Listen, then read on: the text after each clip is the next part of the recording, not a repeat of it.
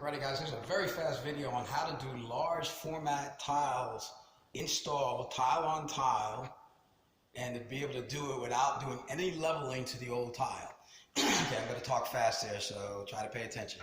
That blue compound that you see there on the floor, this is to get these tiles perfectly level. There's a process to it, so I'm going to show you that process. Most tilers will tell you, oh, you have to tear up this whole tile. If you try to tear up all this whole tile, you got a disastrous mess on your hand. It's twice as expensive. You can go tile on tile. You might have to cut off a few doors at the bottom, no big deal. Okay, that blue compound is this. It's called MBP. You can get it at Home Depot. It's about $40 a tub. In this particular case, I'll need about 4 tubs of it. Anyhow, that goes down on the floor. That creates the bond that the mortar will need to lock the one tile to the next. If you don't put that down, you're risking the tile not really adhering to the old tile. That's very important.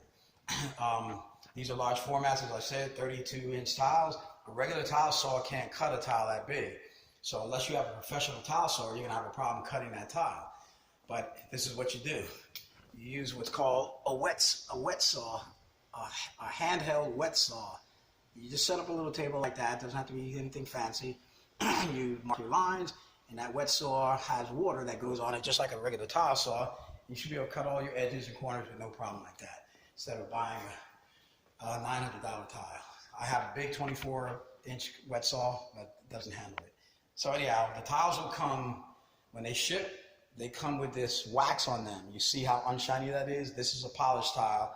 So what I do, I think this is very important, polish those tiles first. Use acetone. It's the best material. Use acetone and a bunch of rags and just rub that wax off. If you don't do it, then you're going to have all that wax on those tiles, and those tiles won't be shining like that. They'll be looking just like that. And you're going to have to get that off on your hands and knees or get a buffer. And you don't want to do that. So polish the tiles. Take the time to do it. Get that wax off the tile before you lay it.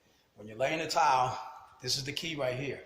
In order to be able to get this tile, get these tiles level, you have to do some adjusting tile to tile, but you can see it's about, a 1/4 inch off the floor.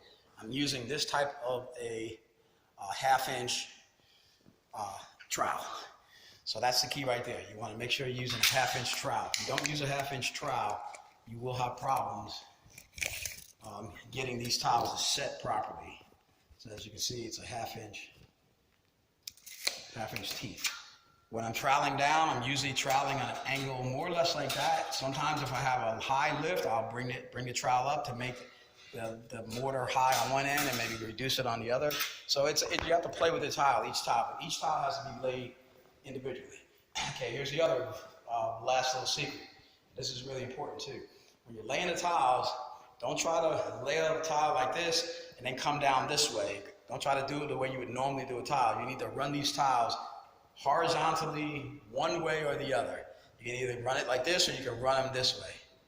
But run them horizontally so you'll be able to make them match up and level up. If you don't do that, you're going to have a very difficult time matching and leveling each tile. So today I'm going to be running the tile from here over to the door. I've got a schluter going on the door, and I'm just going to run them like this. Run them across, and I'm going to meet up to this existing tile right here. And then tomorrow, I'll start from here, and I'll run it all the way across this way, and I'll just keep running that way. All right?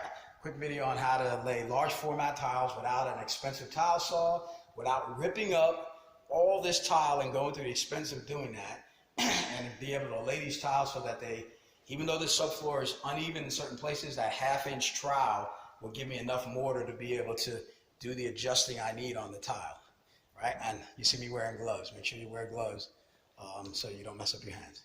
All right, guys, hope that's helpful.